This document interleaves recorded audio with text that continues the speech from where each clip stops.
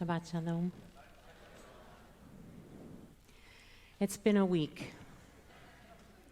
It feels like it's been a year in a week, maybe 8 years in a week.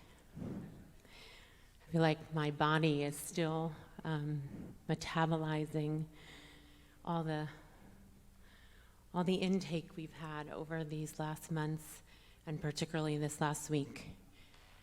As a human being, as a woman, as a parent, as a rabbi, as a Jew, I am filled with so many emotions about our country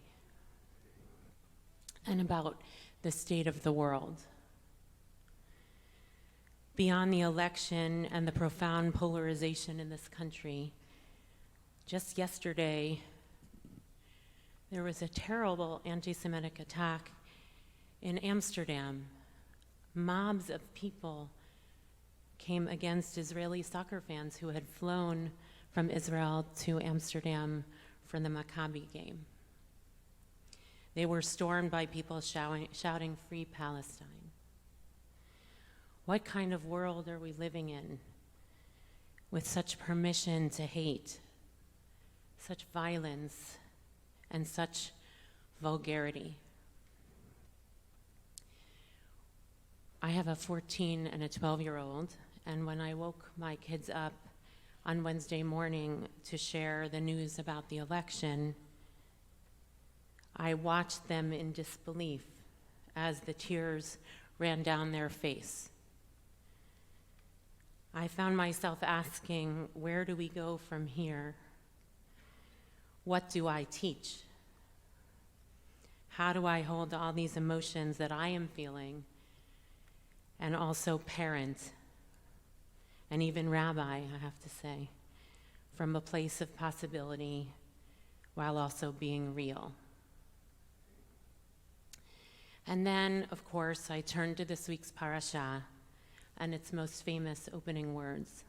Vayomer Adonai el Avram, lech lecha me'artzecha u'mimoladecha u'mibeit avicha el ha'aretz asher arecha. God said to Avram, "Go forth from your native land and from your father's house to the land that I will show you." And in these words and their commentaries, I found some comfort and some prodding and some inspiration. Avram is called to a journey, to move, to become.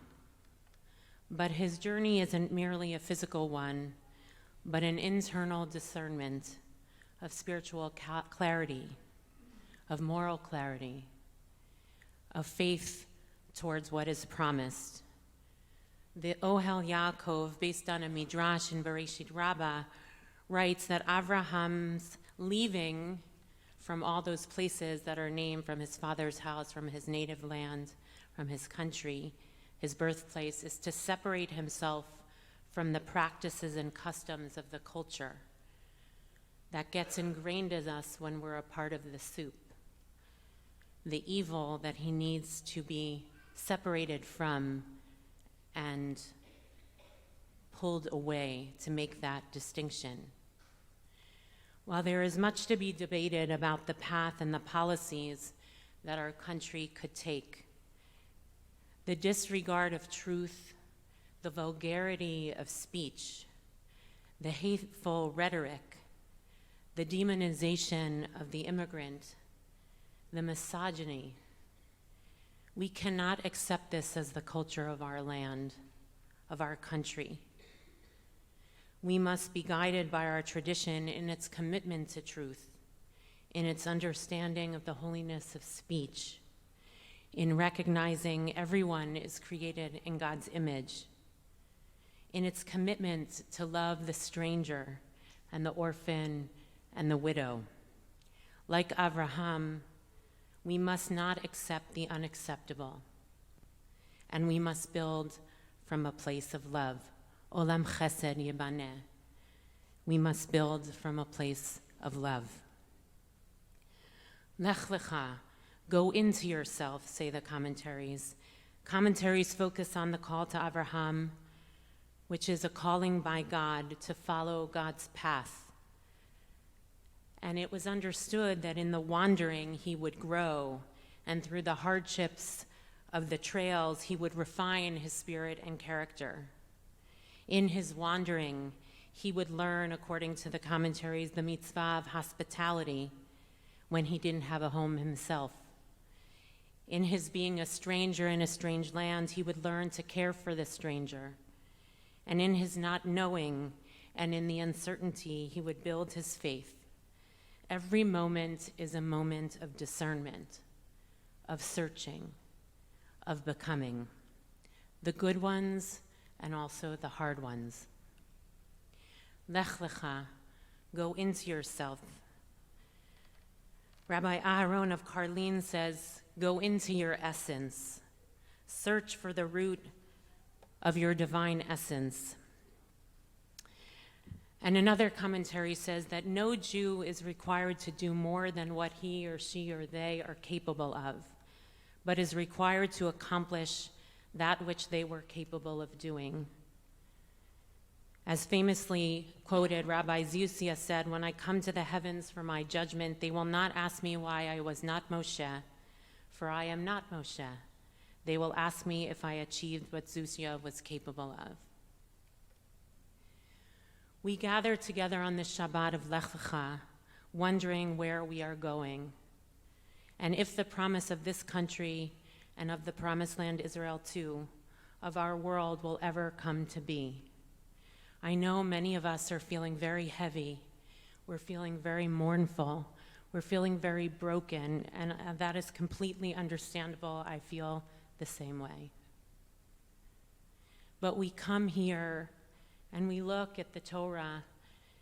We come here to remind ourselves to raise up what is good and loving and what is kind and holy, and to not succumb to a low bar of existence, which would be very easy in our time.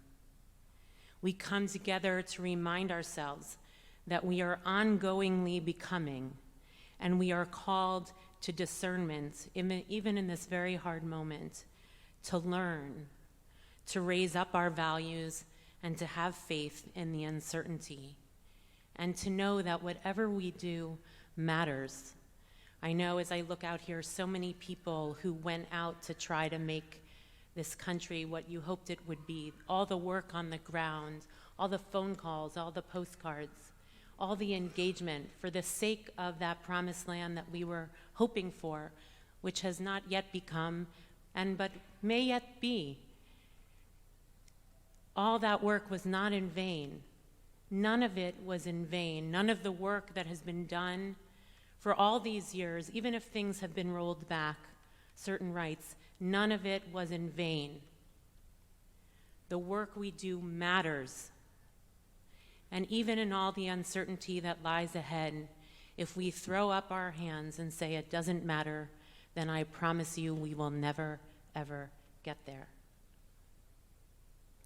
And we come together here as a community to lift up the divinity even in each of us, to know we can't do it all, but each of us has a role to play, and it all matters.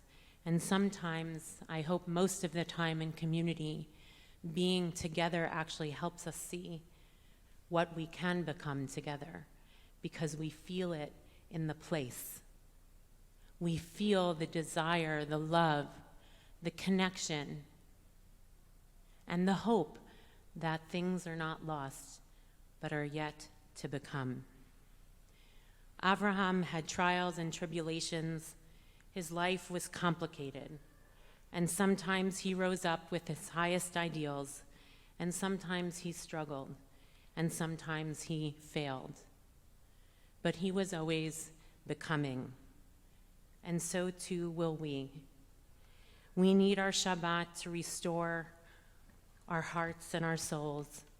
We need the rest, and we also need to be together and to remind us that the only way we will see a world of love and justice and dignity is to build it and let it become through us. There is a land that we have been shown. It is not here yet, but let us dream of it. Let us fight for it, and let us walk toward it together.